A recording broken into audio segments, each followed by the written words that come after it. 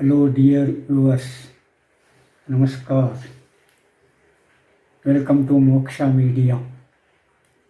You are with Moksha Hiremat.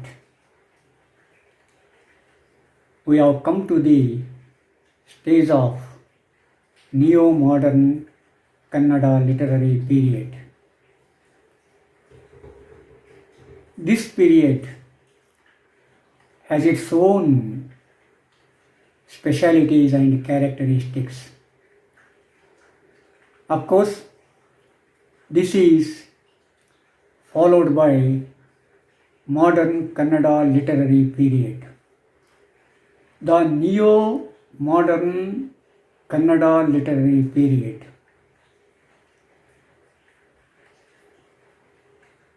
is a different one. Most of the people classified Kannada literary period until modern period. But due to many developments and due to the water flown a lot in the river of Ganges, it is inevitable to trace the neo-modern Kannada literary period. Of course, the neo-modern Kannada literary period begins approximately in the 1960s of Common Era.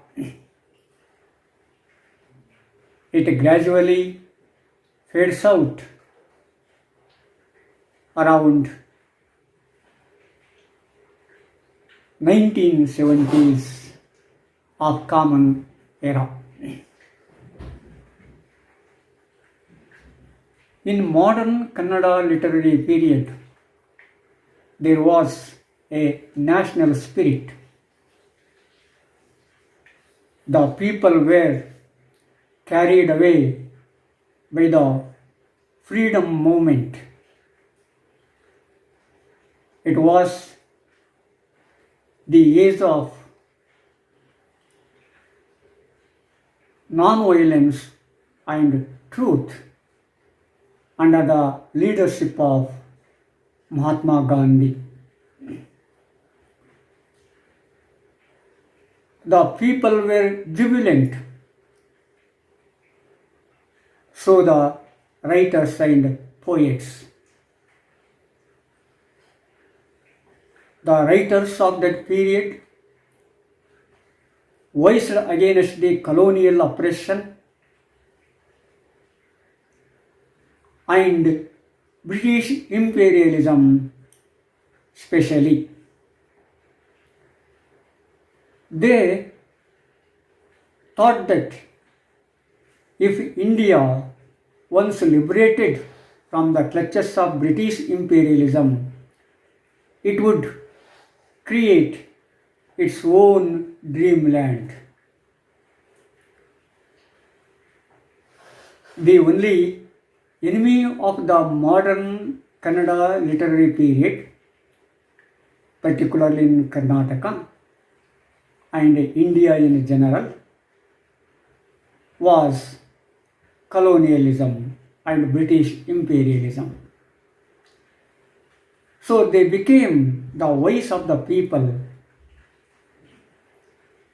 expressing the hopes and expectations of the people if they get independence. Of course, India became independent on 14th midnight of August 1947 of Common Era. The people were very jubilant. Their spirits knew no bounds. Their expectations were very high. They thought that the sky was the only limit to them. But when the rulers begin the rule, the things would have been different. Of course, a lot of development has been taken. A lot of industries have been established.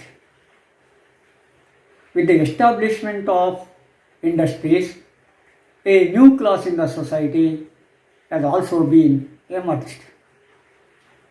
Once upon a time, there was no middle class, but after the independence, the middle class has been stabilized.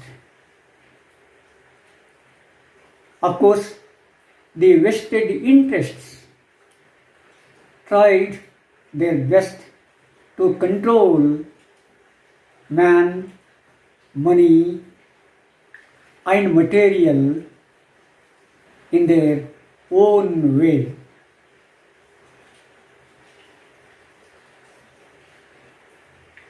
The property was centralized and labor was decentralized. With the decentralization of labor, corruption was also decentralized. As the time goes on and on, people, independent Indians, feel disappointed. They feel frustrated seeing the corruption in the society. Of course, democracy is the aim of independent India. But in the name of democracy, most of the persons in the power are mongered for power. They think that politics is a profession but not a service. By hook or by crook, they would like to in power, they would like to be in politics, and not only that, they would bring their own family itself into the power arena. Of course, as the property is centralized, the political power is also centralized. This leads to so many problems. The casteism is again showed its ugly face in a different form. People are fed up with this. So they voiced against this new trend of independent Indian arena. Especially, they were against the new colonialism. The dictum of Lord Macaulay has come true. The prophecy of Lord Macaulay has come true. The Indians are ruling, but they are Indians in blood and color, but Englishmen in spirit.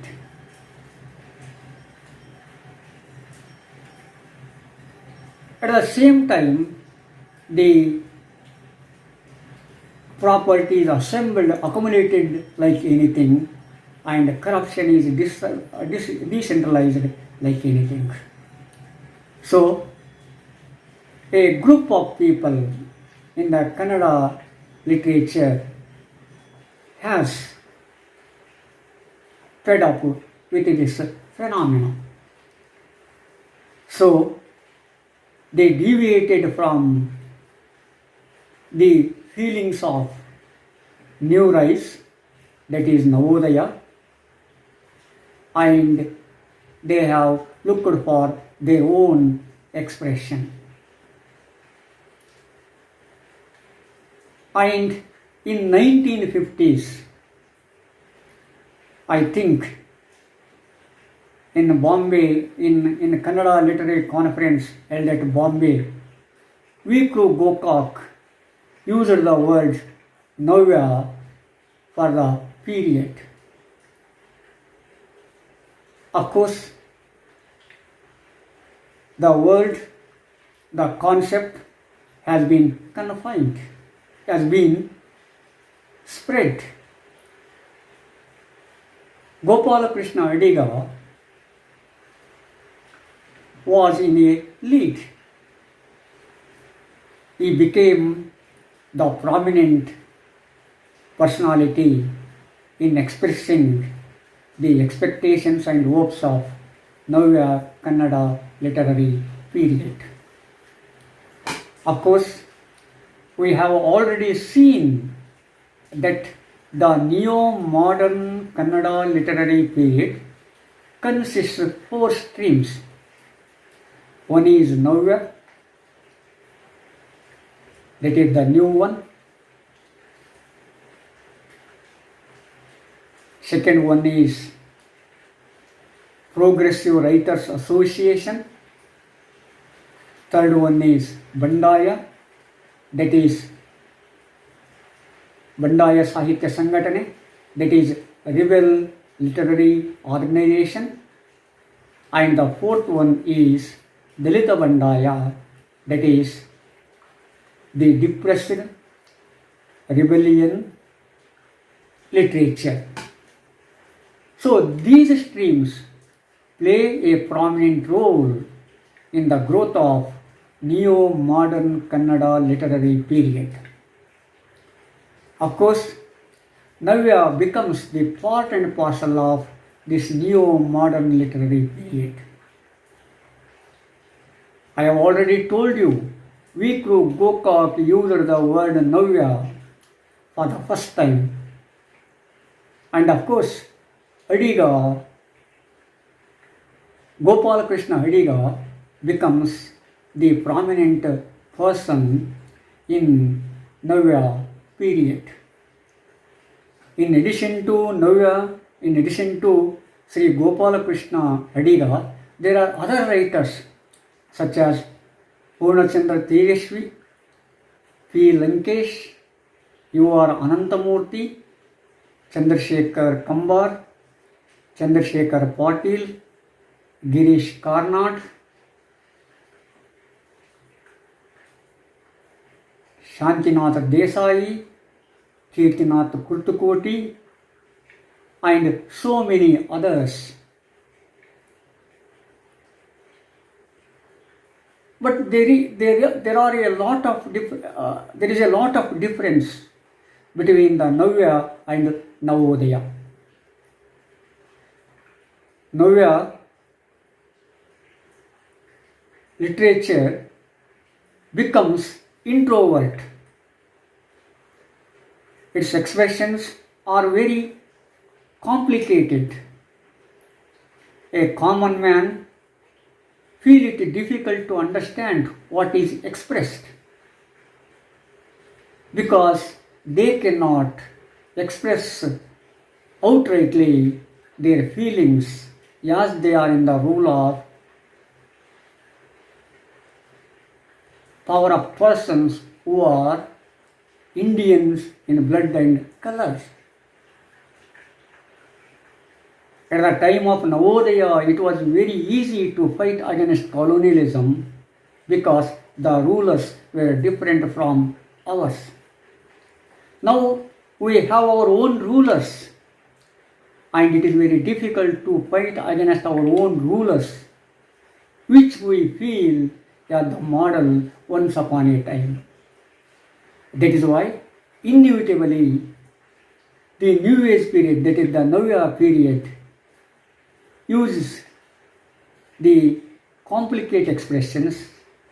It becomes introvert, and as it becomes introvert, it goes on and on away from the people. It mainly depends upon images, symbols, etc., etc. And most of them are socialist oriented. That means Sri Ram Manohar Lohia influenced these Navya writers to a great extent. Even Gopalakrishna Adiga was a follower of Ram Manohar Lohia once upon a time. He translated Lohiya's book, The Wheels of History, into Kannada as Itihasa Chakra. But as the time goes on and on, he was deviated from that socialistic ideology and he accepted the rightist ideology. But others, such as Purnachandra Tejasvi, U.R. Anantamurthy, P. Lankesh, Chandrasekhar Patil, Girish Karnad, Shantinath Desai, Ramachandra Sharma, Yashwant Chittal, and others are for leftist ideas. They were against the establishment, so they expressed against the establishment. Of course, at that time, that Ram Manohar Lohia gave a new approach to Indian casteism. His approach is different from Marxist concept. Marx mainly dwells on class society, but he says that caste is the part and parcel of the class society. But Ram Manohar Lohia did not accept it. Caste is different. Class cannot become a caste and caste cannot become a class because caste has its own features. That is why we Indians should try to hit at the caste, and by hitting at the caste we can hit the class, etc., etc. Anyhow, these leftist ideas are very strong at that time, and when the Navya literature goes away from common people, automatically socialists, automatically the leftists are deferred with the rightists. Of course, we have left, right and center stages in Indian literature, and Kannada literature is not an exception to this. That leftist, rightist and centrist concepts are even today ruling us. So anyhow, most of them have given good pieces of literature, no doubt about it. And these are not only poets, writers, but they are also film personalities. That is what we have to keep in our mind, because film has already come off its stage and these writers use the visual media for their expression. As the time goes on and on, some writers of the Navya accept the rightist ideology and others leaned towards the leftist ideology. When there was a difference between them, automatically the leftists formed their own association in about 1974. They called it as Progressive Writers Association. And from that onwards, the Dalita Sangha was also created, and with that there are so many developments have been taken place. Of course, as Navya goes away from the common people, these leftist writers, that is the leftist writers, become very nearer and nearer to the common people. They used the common expressions, and through those common expressions, they revealed the hypocrisy of the ruling class, the hypocrisy of the hereditary rule, the hypocrisy of caste, hypocrisy of the corruption, and others and others. So, in order to give a new shape to this ideology, automatically another development has been taken. And before that development, the Progressive Writers Association consists of writers like Purnachandra Tejasvi, U.R. Anantamurthy, P. Lankesh, Chandrasekhar Patil, Girish Karnad, and etc. etc. But anyhow, again as the time goes on and on, different things have been taken place. In the beginning, the power was there in the hands of the people who came from Shudra community. Due to the development, this power has come down to the depressed class. Some of them have got the power and they come to know the insides of the power politics. That is why they rebelled against that. Especially Shudras rebelled against that. In order to give expression to their anger, they have formed the rebellion literary organization. Of course, for the first time, they organized that rebel literary organization approximately 1979 of Common Era. And in the beginning, D.R. Nagaraj, Shudra Srinivas, Baragur Ramachandrappa, Chandrasekhar Patil, and others played a prominent role. Of course, here D.R. Nagaraj coined the word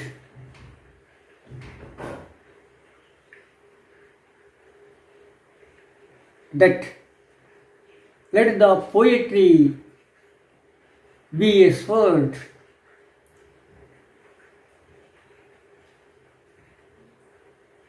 Let the poetry be a sword, the deer to the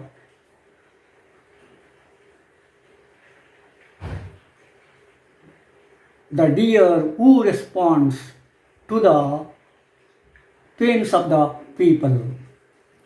Of course, he used it a Kannada slang, that is Khadgavagale Kavya Janara Novige Video Pranamitra. It becomes so popular. And then onwards, of course, everyone used that slogan, and in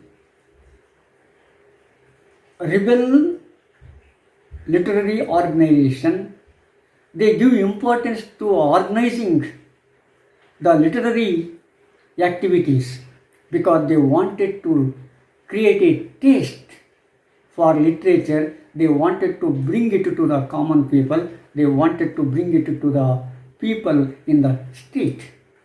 That is why they give importance to that aspect of the literary taste. And of course, the persons who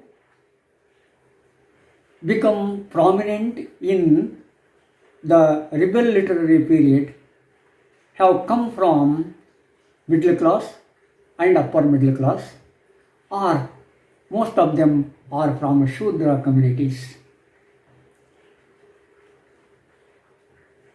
And these communities express the things which have got from their social and cultural background. But as the Sudra communities become the part of the power politics, automatically the depressed class, the depressed caste feel, feels it, and they expressed it in their own words. They expressed it in the background of their culture and background. Of course, then those depressed castes created their own organization, their own literary trend, and they call it Dalita Bandaya because they think that the other writers can express the feelings of the different caste people, but it may not be that much of genuine. The expressions may be different. That is why they feel it is better to express in their own words, in their own phrases. That is why these Dalita writers are also against establishment. They are against the corruption. They are against the exploitation, depression, and gender discrimination, and etc. etc. So anyhow, this rebel literary organization and Dalita Bandaya, that is the depressed rebel literature, have so many common points in so many common things, so many common thoughts. But only thing is, the Bandaya writers come from Shudra communities or other communities, but the writers of Dalita Bandaya community come from especially depressed castes. Like this Dalita Bandaya and Bandaya Sahitya Sangatane have shown their own trends in the neo-modern Kannada literary period. Of course, these streams of neo-modern Kannada period have their own characteristics. First one is they were leftists. Second one is they were influenced by Lohia, Karl Marx, Dr. Ambedkar, Periyar, Jyoti Bapule, Mahatma Gandhi, Dalita Panthers, and of course the black literary movement of Africa and Periyar, etc. etc. This neo-modern Kannada literary period consists persons who are radical, rational, left-oriented. Some of them may not be left-oriented, but they are against the establishment, against the corruption, and they are also free thinkers in so many aspects. That is, it consists the people from all arena, and their only aim is to express their eyes against the establishment. So, as the time goes on and on, these persons also come to know their own limitations. It is common, every literary period has its limitations. And these writers also come to know their limitations. And this neo-modern Kannada literary period consists the film personalities such as Girish Karnad, P. Lankesh, Chandrasekhar Kambar, Baragur Ramachandrappa, and etc. This neo-modern Kannada period also consists the gentleman poets like G.S. Surudrappa and Channaveera Kanivi. Of course, these gentlemen poets played a prominent role in guiding the younger generation in the beginning. But as the time goes on, they gave a vocal support to Bandaya Sahitya Sangatane and Dalita Bandaya literature. So like this neo-modern Kannada literary period has all sorts of period. There are all sorts of writers and poets.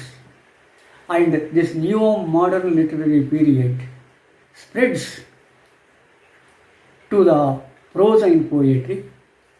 It has novel, short story, poetry, drama,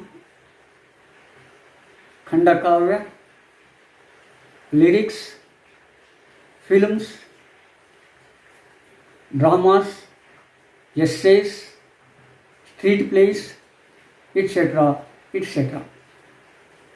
But most of them give importance to create a taste of to create a taste of literature in the common people. That is what they concentrated. Of course, what Vachanakaras did in the 12th century of Common Era, in another way, this neo-modern literary period has tried in its own way. Of course, different words, different phrases have been coined in order to reach the heart and mind of the people. Most of them are very successful, no doubt about it, due to the growth and limitation, the spirit of rebel and Dalita literature has been fading. It may be the digital development and other things.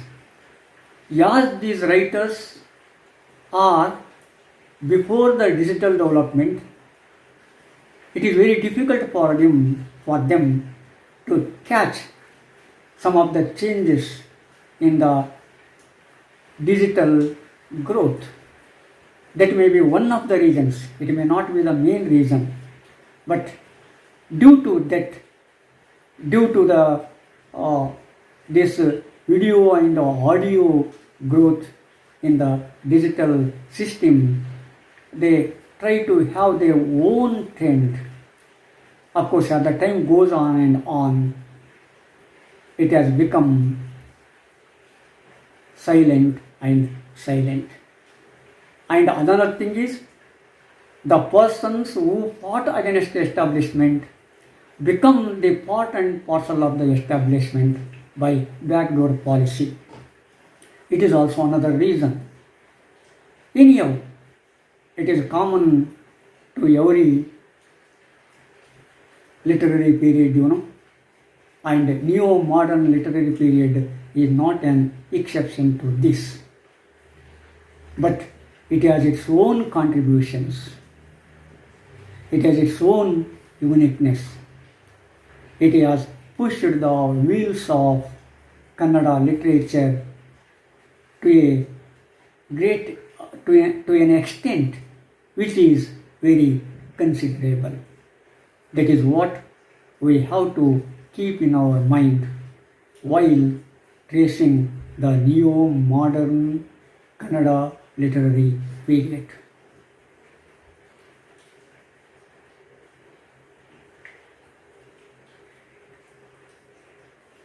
Subscribe and see you in the next episode. Namaskar.